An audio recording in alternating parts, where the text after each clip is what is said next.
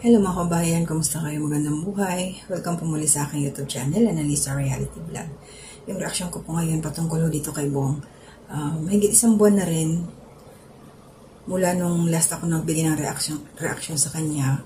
Ito yung time na inilabas siya yung nanghingi ng last chance sa Ka-Business family, kila Pinuno Ka-Business, kay Mrs. Ka-Business.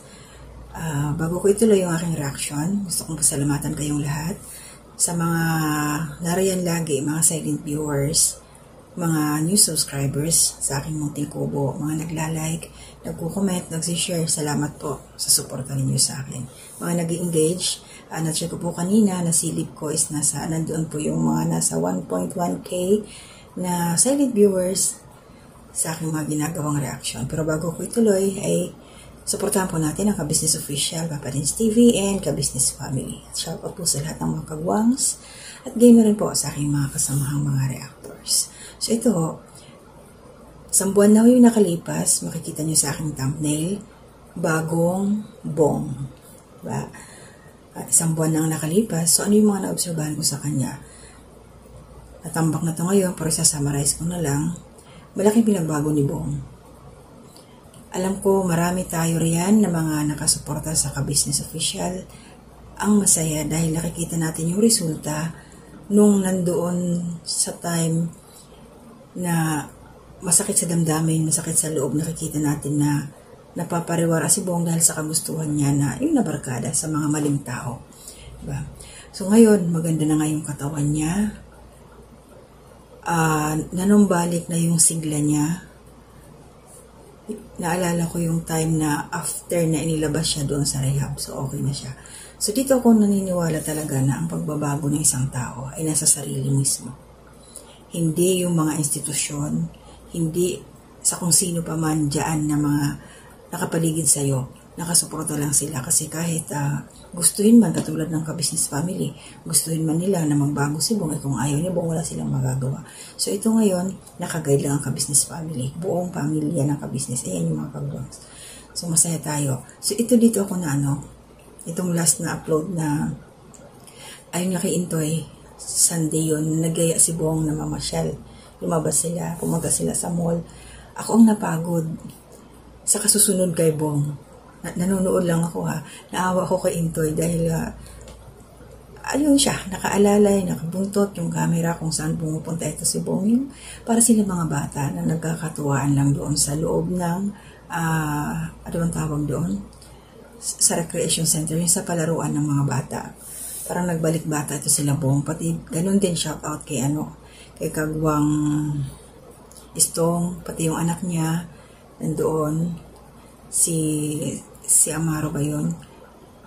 Tapos, Amaro ba yung anak niya? Nakalimutan ko yung pangalan. Correct me if I'm wrong.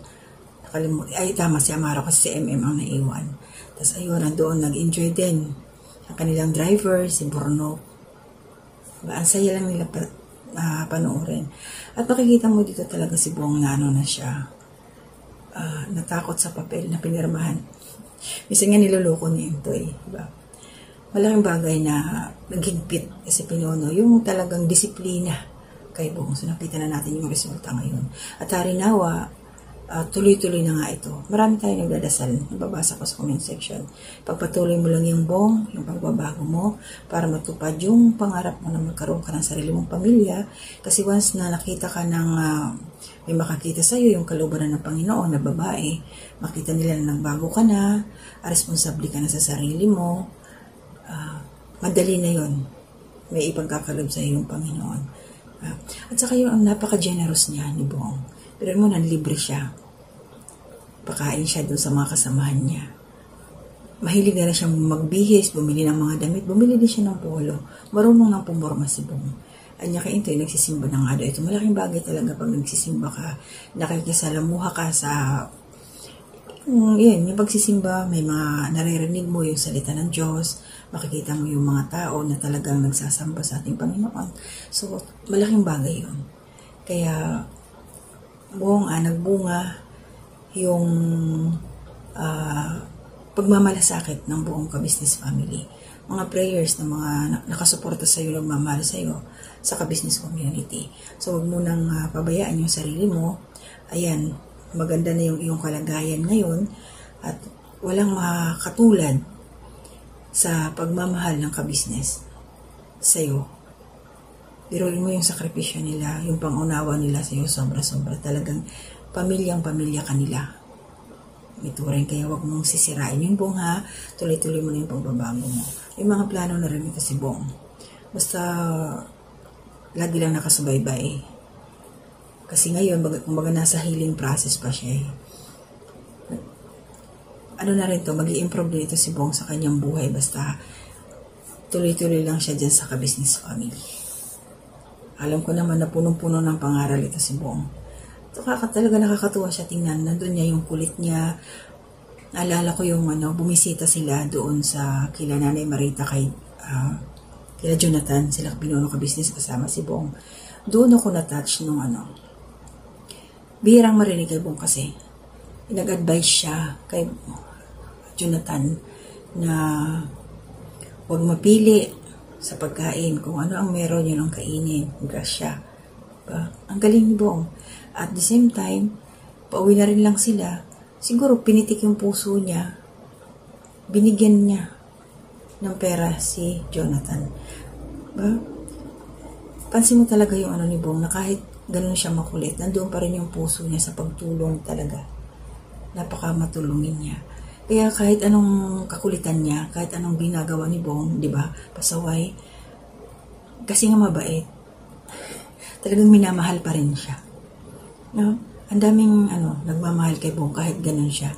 Kasi mabait talaga. Diba? Hindi katulad nung isa dyan, si Jonathan na pasaway.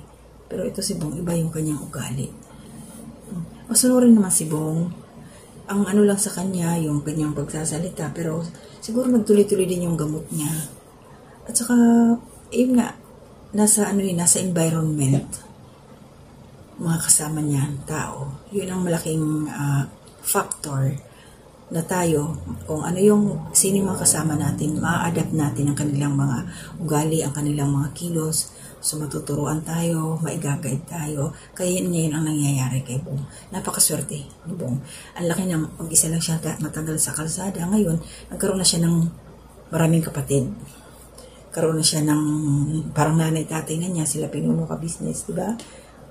So, hindi siya pinabayaan ng ating Panginoon. Pero sabi ni Pinuno ka business, biruin mo Bong, ang tagal mo sa kalsada, prenoteksyonan ka, hindi ka nagkasakit.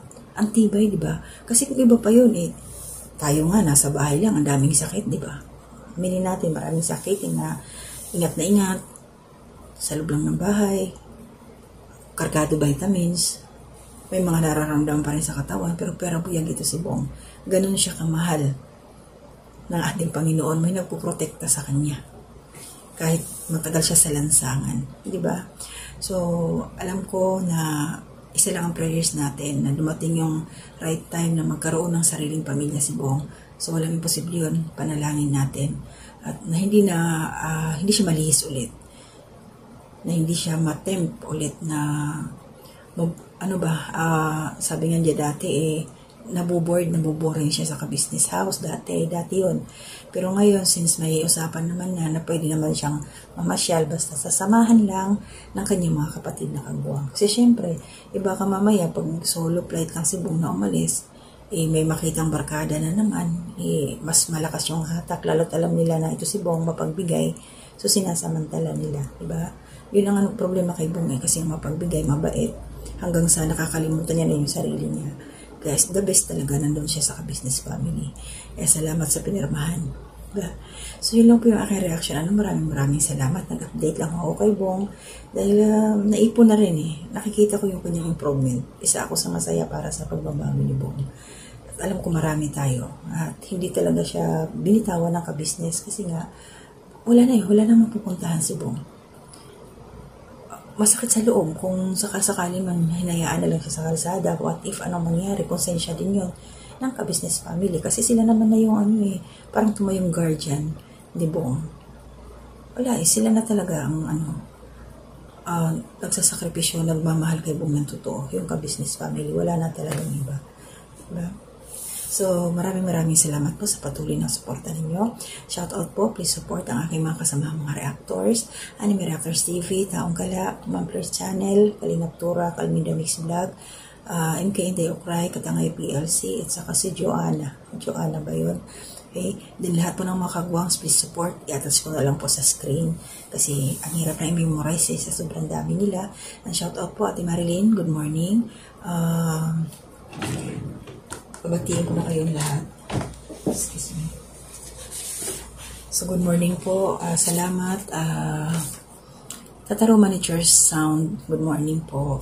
Hi, kabayan Jessie Lucas, good morning. Ate Sarah, good morning. Ate Ems, shout out po. Ma'am Maria Luisa Cartalaba, good morning po. Ate Ma'am Jessica. Sa aking pinsan, I hope dumating kayo sa inyong destination na maayos at safe. And then, kabayan Julia Bardales, thank you sa support. Ate Ninette, good morning, shout out. And shout out din po kay kabayan si Pascual. Ma'am Marilyn Cabanilla, good morning po. At Ma'am Erlinda, kumusta na po kayo na Barete? At saka hi Ma'am Aisa May Dumasapal. Shout out po sa lahat ng mga taga Cebu, Mualbual. Good morning po sa inyong lahat. At si Ma'am Mia Bumanlag, Mia Bumanlag sa Cebu. Kabayan, shout out po. And saka yung mga taga Leyte, shout out po sa inyo. Mga kababayan ko, kasi kawaray nun, mga pinaagay yung tanan. Shout out kay Mana Amy. Ayan, Perante, teacher po siya. Doon sa amin, retired na po siya. At natunto niya po yung daan dito sa aking YouTube channel. Ma'am, shout out po. Comment down below pag narinig niyo ako. Napanood niyo itong video ko. At sa aking mga kapatid, Nathan, shout out. Sa aking hipag, Janet, shout out. Kila nanay, mga iba kong kapatid dyan. 7 ho kami. Buyag. Yung mga anak ko, good morning mga anak. Mag-iingat kayo. May pasok ngayon. Laban lang. Mag-aaral lang kayo. Nandito lang si mama nakasuporta hanggat kaya. Okay. So, yun lang po ang aking reaction ngayon. Masaya tayong lahat para kay Bong. Bagong buhay. Nagit isang buwan, nakita natin ngayon ang pagbabago ni Bong. Hindi na pala kailangan i-rehab. Ang tunay na rehab, ang pagmamahal ng ka-business official, ka-business family, ang buong team ng ka-business. Ayan, nandiyan ang tunay na rehabilitation center ni Bong. Diba wala ng gastos, no? Imagine niyo kung ipasok si Bong pala sa rehab, monthly, magkano yun? Diba? Siyempre, yun ang napag-usapan dati, kung na-rehab si Bong, tulong-tulong ang mga kagwang sa alalayan nila sila pinuno ka-business. So ngayon, hindi nangyari kasi nga, dyan na ang rehab. Ang pagmamahal nila kay Bong, ang pangunawa, yun ang nagpagaling kay Bong ngayon. Napakabait ng ating Panginoon, ano? So, yun, sa lahat ng birthday, ay belated happy birthday pala sa aking kapatid, aming junior, si June, September 8, ang kanyang birthday. Belated happy birthday, kapatid. Pasensya na, walang regalo si ate. Sa sunod na lang ng mga pagkakataon, pag tayo may kakayanan na. Kasi ngayon, marami pa tayong mga bayarin. Unahin ang dapat unahin ng estudyante. Laban tayo mga kababayan, kasi nagbisaya na baray. Kapwa ko OFW, laban tayo mga mami, daddy, para sa pamilya na umaasa sa Pilipinas. Tatag lang. Kaya natin to. Lagi lang tayo mag-pray. So hanggang dito na muna. To God be the glory.